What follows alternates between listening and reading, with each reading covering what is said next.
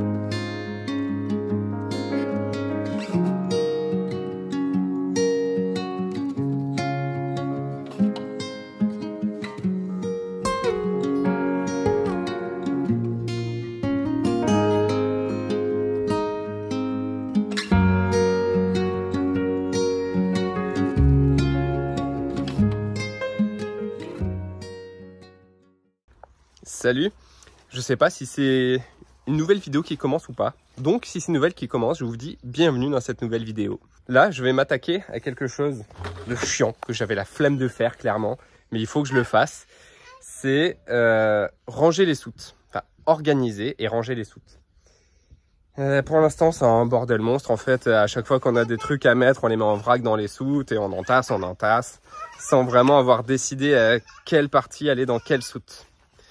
Donc là, on vient de faire un petit tour des soutes avec Alison, de décider qu'est-ce qu'elle est où. Donc je vous montre ça. Ensuite, je vais commencer à vider et re-remplir proprement.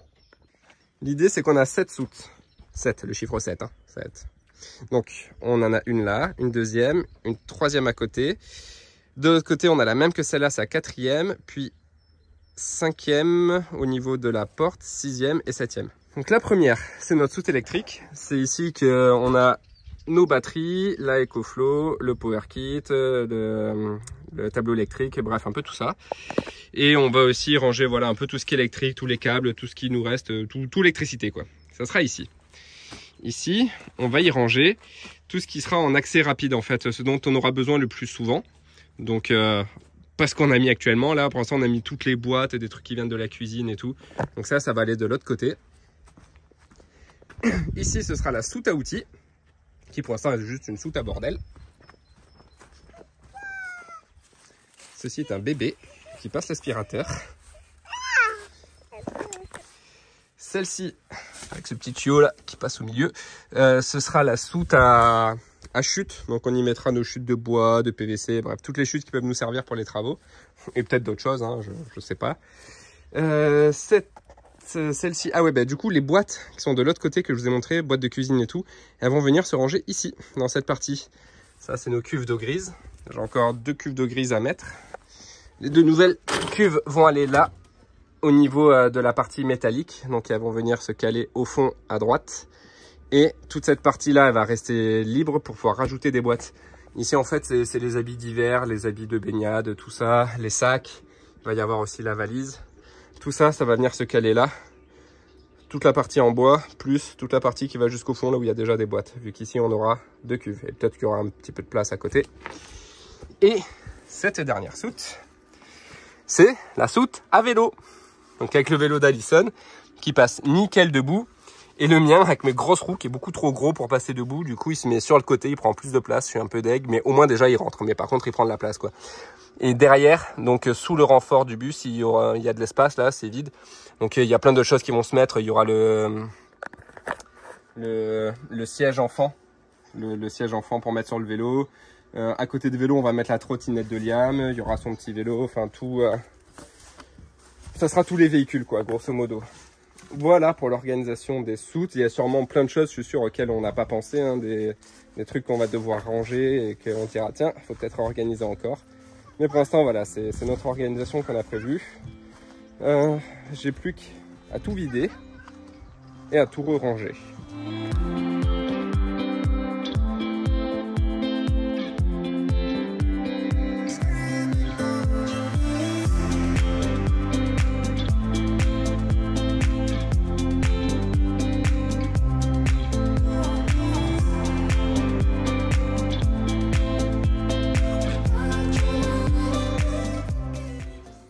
Vous savez, quand vous faites quelque chose et que juste pour que ça soit parfait et bien le terminer, il y a juste une petite finition à faire. Vous dites, bah, je le ferai plus tard. Bah là, on est plus tard. J'ai franchement pas envie de le faire, mais j'ai pas le choix. En plus, c'est simple, c'est pas compliqué à faire, mais c'est que j'ai la flemme de sortir les outils.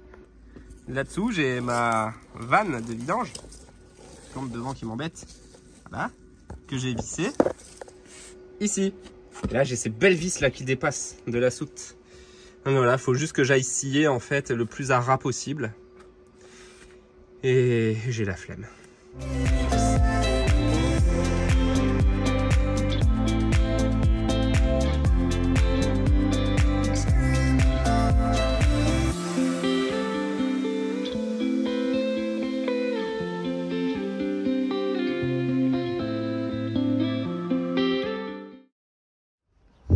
La dernière fois que je vous ai laissé, j'étais en plein rangement de mes soutes.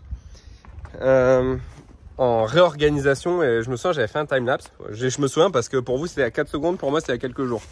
J'étais en plein timelapse et j'avais dû arrêter parce qu'il fallait aller s'occuper de Liam, fallait manger, enfin tout ça. Et du coup finalement j'ai fini de faire mes soutes sans filmer parce que j'avais plus de batterie. Donc je les ai terminées, j'ai plein de choses à vous raconter. Alors bon, déjà voilà le rangement. Nos deux vélos, alors celui d'Alison il rentre nickel debout, le mien, ce gros patapouf, je suis obligé de le mettre sur le côté. Là c'est tout ce qui concerne plus ou moins le chauffage. Donc toutes nos caisses comme je vous avais dit, j'ai rajouté la valise par-dessus. Les cuves, elles vont pas rester comme ça, je vous avais dit que j'avais 2 cuves à droite et je vais avoir 2 cuves à gauche. Au début je devais les mettre une comme ça et l'autre comme ça. Et finalement je me suis rendu compte que si je les mets comme ça et comme ça, côte à côte, elles prennent vachement moins de place et elles prennent pile poil la longueur du couloir. En fait dans le couloir du milieu, je voulais les mettre en longueur pour suivre le couloir, mais si je les mets comme ça, elles font pile poil, leur longueur à elles fait pile poil la largeur du couloir. Donc en fait c'est nickel, donc si on met 2 côte à côte, ça me prend pile le couloir et ça me prend beaucoup moins de place sur la gauche. Celle-là, ouais. Bah, tous les cartons, mais ça voilà, je crois que c'est ça que j'avais filmé. Celle-là elle n'est pas terminée, mais je pense que je vais y mettre tout ce qui est chute, des outils, plein de trucs comme ça, ce sera sûrement ma soute à outils. Enfin bref, je vous refais pas toute la présentation parce que je me souviens que je l'avais déjà fait la dernière fois. Voilà. Alors, qu'est-ce que j'ai à vous raconter? On a amené le car à la pesée pour faire notre dossier pour la Dreal. Et sur la route, bah, ça s'est pas passé de ouf quoi. Déjà c'est moi qui l'ai sorti du chemin. Là j'ai pris ce petit chemin avec. Là, comme c'est propriété privée, j'ai le droit de le conduire ici. C'était assez marrant. Moi, j'ai roulé tout doucement, donc tout s'est bien passé. Par contre, après, on nous l'a conduit donc jusqu'à l'endroit où on faisait la pesée. C'était pas très loin, c'était à 3-4 km. Mais là, ça s'est moins bien passé. Déjà, le passage des vitesses vraiment très difficile. Je pense qu'avec Alison, la purge du système d'embrayage qu'on a fait n'est pas complet, donc on avait beaucoup de mal à passer les vitesses. Et ensuite, on a eu beaucoup de trous dans l'accélération. En fait, la pédale d'accélérateur, qui au bout d'un moment ne répondait plus, mais vraiment plus du tout. On se retrouvait en roue libre pendant 2-3 secondes, puis ça repartait, puis ça revenait, puis ça repartait, ça faisait des gros à-coups comme ça. C'était vraiment moyen. Donc on ne sait pas du tout d'où ça vient. Bon, j'ai passé quelques coups de fil, j'ai essayé de voir. Ce qu'on me conseille, c'est de voir déjà au niveau des des filtres à carburant.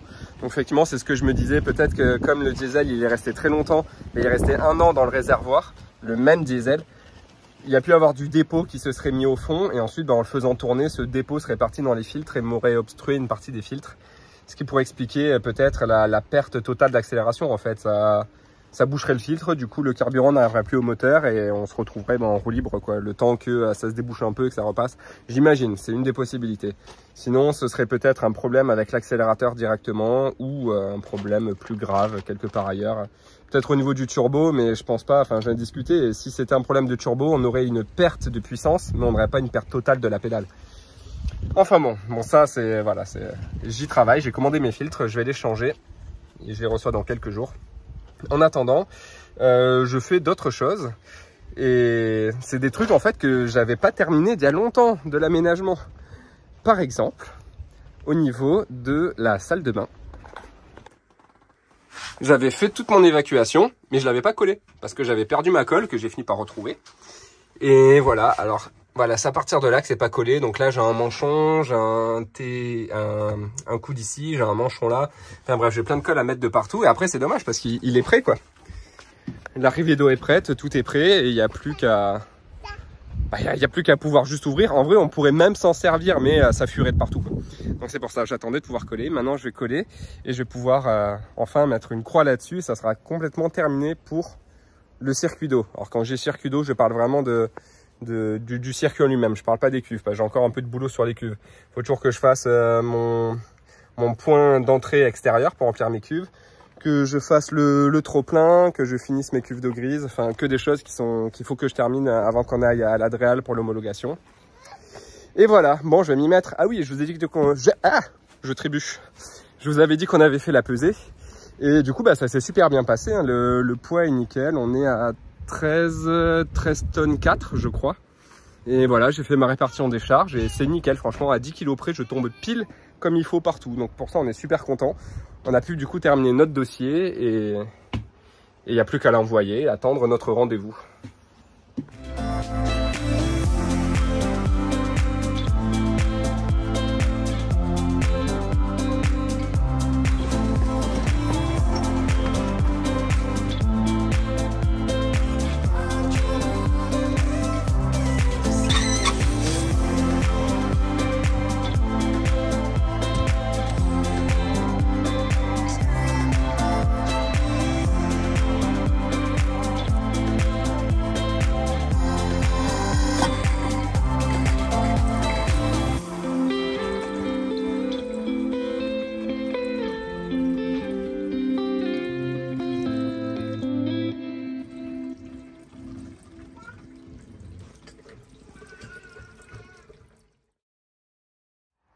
Salut les amis, nouvelle journée.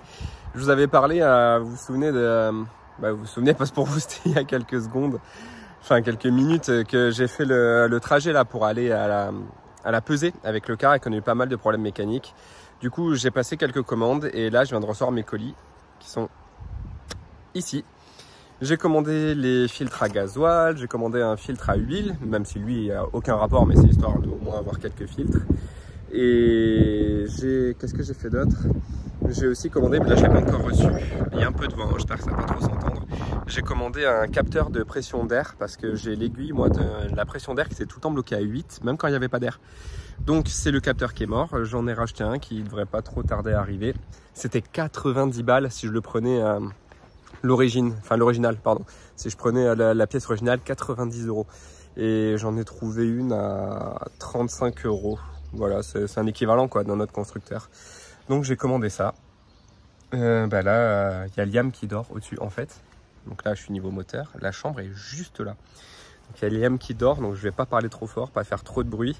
Je vais poser surtout la caméra sur trépied, enfin, le téléphone sur trépied. Et puis voilà, je vais filmer le remplacement des deux filtres à gasoil. Il y a un filtre à gasoil et un pré-filtre à gasoil. Alors c'est marrant parce que je ne l'ai jamais fait. Je crois que je vous l'avais déjà dit, vous ne l'avez peut-être pas dit, je sais plus. Mais je l'ai jamais fait, j'ai jamais changé un filtre. Moi la mécanique, j'en faisais pas avant d'avoir le car. Donc je découvre au fur et à mesure. Là ça va être voilà, mon premier changement de filtre. Donc j'ai acheté la clé à filtre, j'ai acheté les deux filtres et j'ai acheté le bac un bac réceptacle quoi, parce que quand je vais démonter, il y a de l'essence qui est, enfin, du gasoil qui va tomber. Donc pour réceptionner. Voilà, je me balade tout le temps quand je parle sur le téléphone, mais voilà, je vais bosser là, à l'arrière du car.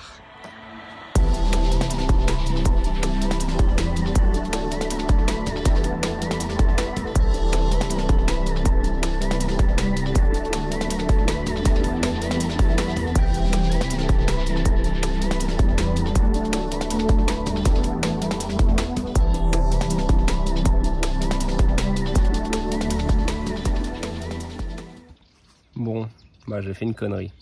Enfin une connerie. C'est pas vraiment de ma faute, mais bon. Je vous montre. Sur l'ancien filtre, il y avait ça. C'est un capteur. Là, normalement, il y a une tige au bout de ça. Donc, je l'ai dévissé. Je l'ai mis sur le nouveau. Je l'ai vissé. Et là, au bout d'un moment, je visse. En vrai, j'ai même pas forcé quoi. Je visse, ça fait splouc. Et je me retrouve avec ça dans les mains. Et l'autre partie est restée dans mon filtre. Voilà. Donc déjà, de 1, j'ai pété ça. Je suis deg. Parce qu'il va falloir que je le remplace. De 2, ben, mon filtre, il est bloqué quoi. Je suis dans la mouise parce qu'il faut que j'arrive à retirer ce truc. Alors je me suis souvenu que j'avais quelque chose. Ma petite boîte à outils de tournevis de précision. J'ai un embout spécial qui est vraiment pas mal, c'est ça. Et en fait, c'est un pas de vis, comme une vis, mais monté à l'envers. Ce qui fait qu'en fait, tu vas aller visser dans le trou à l'envers. Donc en tournant dans le sens inverse d'aiguille d'une montre, ce truc il va se visser. Et dès qu'il va arriver, qu'il va buter, ben là tu vas pouvoir forcer et en fait, ça va dévisser ton truc que tu as bloqué. Ça sert à débloquer des vis, des trucs comme ça, genre des grosses vis. Tu perces dedans et ensuite tu rentres ça et ça te permet de la dévisser. Il y a plusieurs tailles. Voilà, vous voyez, j'ai des tailles de plus en plus petites quoi. Là j'ai pris le plus gros parce que bah, mon truc il est gros quoi. Voilà, ben je vais essayer. Et ben ça marche pas du tout. Parce que mon plastique se désintègre. Quand je tourne, voilà, ça se dézingue. Vous voyez, ça fait de la bouillie de plastique. Le plastique était mangé en fait. C'est pour ça qu'il s'est cassé. Bon, finalement j'ai réussi en creusant une fente pour aller mettre mon tournevis plat. Et j'ai réussi à sortir ce petit morceau. Ça serait irréparable parce que... Enfin, je vais regarder mais je pense pas quoi. Parce qu'il y a une tige en fait là au bout. Cette petite tige là, ce petit capteur. J'imagine que là-dedans, il doit y avoir des fils électriques qui ont été coupés quoi. Bon, j'ai trouvé le capteur sur internet à 21 €. Je l'achèterai, mais plus tard, parce que ça fait 3 fois en fait que je commande sur le même site. À chaque fois, je paye 10 € de frais port. C'est vraiment chiant. J'ai tout commandé en même temps, j'aurais payé qu'une fois quoi. Donc là, je vais garder ça de côté. Je le commanderai plus tard. En attendant, j'ai cherché en fait à quoi ça servait. C'est un capteur d'eau. Donc ça sert à détecter s'il y a de l'eau dans le carburant et à envoyer un signal au tableau de bord pour afficher voilà, un petit voyant pour dire attention, il y a de l'eau dans le gasoil.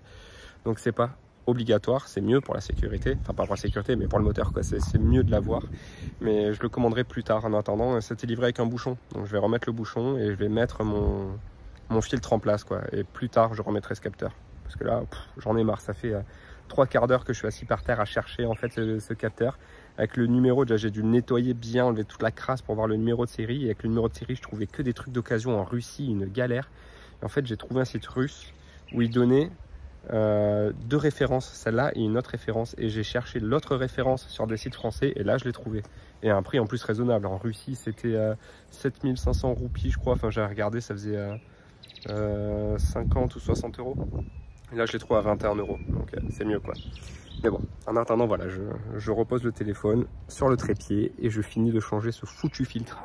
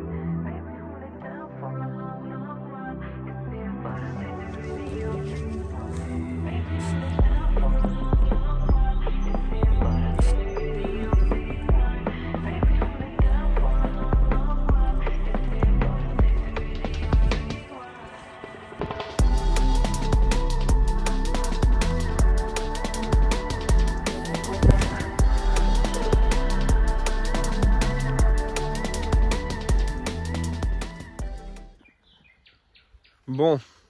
Ah zut, je fais que dire bon. En fait, je m'en étais même pas rendu compte, mais j'ai regardé la dernière vidéo de Jujulbus là hier et il a dit qu'il faisait que dire bon. Et du coup, je me suis rendu compte que moi aussi, je fais que dire bon.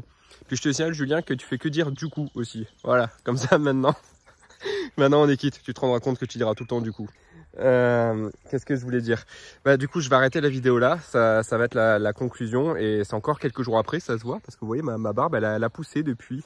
Là je suis en train de faire le montage et j'ai vu que je me suis arrêté comme d'hab, hein, sans conclusion, sans rien sur le changement des filtres. Et j'ai plus rien filmé depuis parce que je savais plus du tout où j'en étais en fait. Vous avez vu là, c'était un peu le bordel cette vidéo, ça a sauté de jour en jour, à chaque fois il y a eu des gros espacements. Et j'étais un peu perdu quoi, je savais plus du tout ce que je faisais au niveau des vidéos. Donc là au moins on est en direct. Enfin on est en direct, là je pense que je vais vous sortir la vidéo cet après-midi ou au pire demain matin. Donc on sera pas loin du direct et on se retrouvera maintenant plus régulièrement. Et voilà, je vous montrerai ce que j'ai fait dans la semaine, ça sera beaucoup mieux et beaucoup plus clair. Je vous dis quand même un peu ce qui s'est passé ces derniers jours. Je suis parti avec le car chez Iveco Montpellier, qui ont été super sympas. Ils m'ont proposé en fait de passer avec le car pour pouvoir passer la valise électronique et essayer de voir pour mon problème d'accélérateur. Au final, ça n'a rien sorti de très probant, mais ils ont quand même trouvé un problème sur le capteur de la boîte de vitesse. Et potentiellement, ça pourrait être ça. Alors en fait, ce capteur sur la boîte de vitesse, il est relié au chronotachygraphe. Pour ceux qui ne savent pas rapidement, le chronotachygraphe, en fait, ça ressemble à un poste de radio. C'est un espèce de mouchard qu'il y a sur les cars et les poids lourds en transport de marchandises et qui a pour but de garder toutes les informations sur ce qu'a fait le conducteur. Combien de temps il a roulé, quelle vitesse il a roulé, quand est-ce qu'il a fait des postes, combien de temps de postes, tout ça. Parce que voilà, c'est réglementé, on a un certain nombre d'heures de conduite autorisées. Et voilà, ça permet d'avoir toutes ces informations. Ça n'est pas obligatoire quand on est en VSP Caravane. Donc pour moi, ça ne sera pas obligatoire. Par contre, on ne peut pas l'enlever. Si on veut l'enlever, il faut reprogrammer le moteur et ça c'est vraiment galère. D'ailleurs chez Iveco ils m'ont dit qu'ils ne savaient même pas qu'on pouvait faire ça. Donc ça m'a l'air vraiment compliqué, donc on ne le fera pas. Par contre il faudrait que je change ce capteur et je ne peux pas le changer moi-même. Contrairement... Ah, je me fais attaquer par les moustiques. Contrairement aux autres petits bricolages que j'ai pu faire moi-même, ça je ne peux pas parce qu'ils m'ont dit que... Et c'est vrai que le capteur de la boîte de vitesse est relié au chronotachygraphe et ils sont programmés ensemble. Donc si je change le capteur sur la boîte de vitesse, il faut reprogrammer le chronotachygraphe et ça, moi, je peux pas le faire. J'ai demandé donc à une société qui le fait juste à côté si elle pouvait me le faire et elle m'a fait, alors pas un devis, mais elle m'a dit qu'elle en avait pour environ 400 €. Voilà, 400 €, 150 € le capteur et 250 € pour le changement du capteur et la reprogrammation. Ça fait très mal. Et on n'est même pas sûr à 100% que ça soit ça. Parce que, voilà, j'ai discuté avec différents garagistes et ils sont un peu dubitatifs. Il y en a qui disent que potentiellement ça pourrait être ça et d'autres qui disent on ne peut pas l'assurer, c'est pas sûr que ce soit ça.